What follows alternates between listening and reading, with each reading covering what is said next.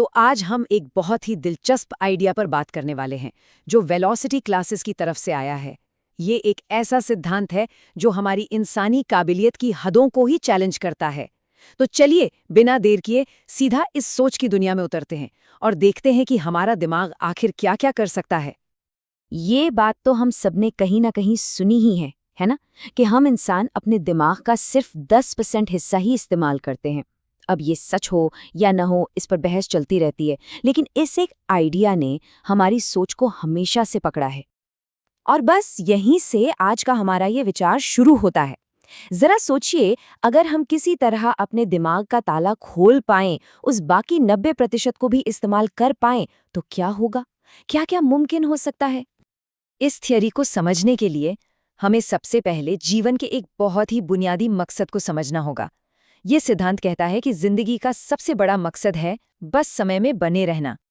मतलब सीधी सी बात है, जो भी सीखा उसे आगे बढ़ाना। इस थियोरी के हिसाब से एक छोटे से सेल से लेकर हम इंसानों तक जिंदगी का बस एक ही मकसद रहा है, अपनी जानकारी, अपना ज्ञान अगली पीढ़ी को देना, ताकि वो समय के पार जा सके। तो अब आता है इस थ्योरी का सबसे मजेदार हिस्सा। अब हम एक रोड मैप देखने वाले हैं जो ये बताता है कि जैसे जैसे हम अपने दिमाग को ज्यादा इस्तेमाल करना सीखते हैं, हमारा दुनिया पर असर कैसे बढ़ता जाता है। जरा इस ग्राफ पर नजर डालिए, ये बहुत कुछ बताता है। नीचे की लाइन है ब्रेन का कितना हिस्सा हम इस्तेमाल कर रहे हैं, और ऊपर की लाइन है हमारा प्रभाव। और देखिए, ये लाइन सीधी नहीं है, ये तेजी से ऊपर जा रही है। इसका मतलब है कि ब्रेन पावर में जरा सी बढ़त भी हमारे असर में एक बहुत बड़ा उछाल लाती है। चलिए, ग्राफ के पहले 2 पॉइंट्स को देखते हैं। हम इंसान जो करीब 10 से 15% ब्रेन इस्तेमाल करते हैं, हमारी समझ बुनियादी है। लेकिन फिर डॉल्फिन्स को देखिए, जो लगभग 20% तक इस्तेमाल करती हैं। इस छोटे से फर्क ने उन्हें इकोलोकेशन जैसी जबरदस्त ताकत दी है, एक ऐसा नेचुरल सोनार जो हमारे बनाए किसी भी सिस्टम से कहीं ज्यादा पावरफुल है। तो सवाल उठता है, 20% के बाद क्या? थ्योरी कहती है कि इसके बाद महारत के अलग अलग लेवल खुलते हैं। पहला है खुद पर पूरा कंट्रोल, मतलब अपने शरीर के हर हिस्से पर काबू पाना। फिर आता है दूसरों पर कंट्रोल, और आखिर में चीजों पर, यानी मैटर पर ही कंट्रोल। और ये स्लाइड ये सब कुछ एक साथ दिखाती है।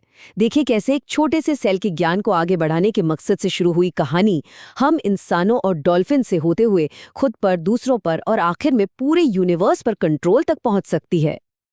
चलिए, अब थोड़ा और गहराई में उतरते हैं और इस थ्योरी से जुड़े कुछ बड़े सवालों को देखते हैं।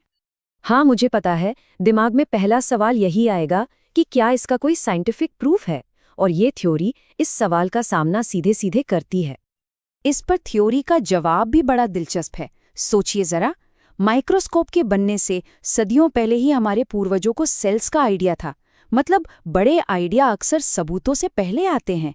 ये हमें अपनी सोच की हदों को तोड़ने के लिए कहता है, सिर्फ विकास नहीं बल्कि एक क्रांति लाने के लिए। और ये हमें एक बहुत ज़रूरी सवाल पर लाकर खड़ा करता है। क्या हम इंसानों ने अपना सारा ध्यान बाहर की चीज़ें बनाने पर लगा दिया है, जबकि डॉल्फिन जैसी प्रजातियों ने अपनी अंदरूनी ताकत को बढ़ाया है? कहीं ऐसा तो नहीं कि हम होने से ज़्यादा रखने की फिक्र कर रहे हैं? तो चलिए, अब इस थ्योरी के आखिरी पड़ाव पर चलते हैं, वो जगह जहां 100% ब्रेन कैपेसिटी अनलॉक हो जाती है। देखते हैं कि उसका मतलब क्या हो सकता है। जब कोई 100% पर पहुंचता है, तो कह सकते हैं कि मैं और ब्रह्मांड के बीच की सारी दीवारें गिर जाती हैं। जैसा कि इस इमेज में दिख रहा है, ये एक पूरी तरह से बदल जाने वाली अवस्था है। उस हालत में न कोई दर्द होता है, न डर, न कोई इच्छा।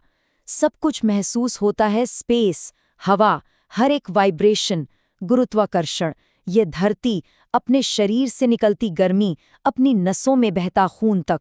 और धीरे धीरे वो सारी चीज़ें ख़त्म हो जाती हैं जो हमें इंसान बनाती हैं। उनकी जगह कुछ बहुत बड़ा ले लेता है। और आखिर में हम घूम फिर कर वहीं आ जाते हैं जहाँ से शुरू किया था। इस हैरान कर देने वाले अंजाम का ताल्लुक भी उसी बुनियादी मकसद से है, जो कुछ भी सीखा गया है उसे आगे बढ़ाना।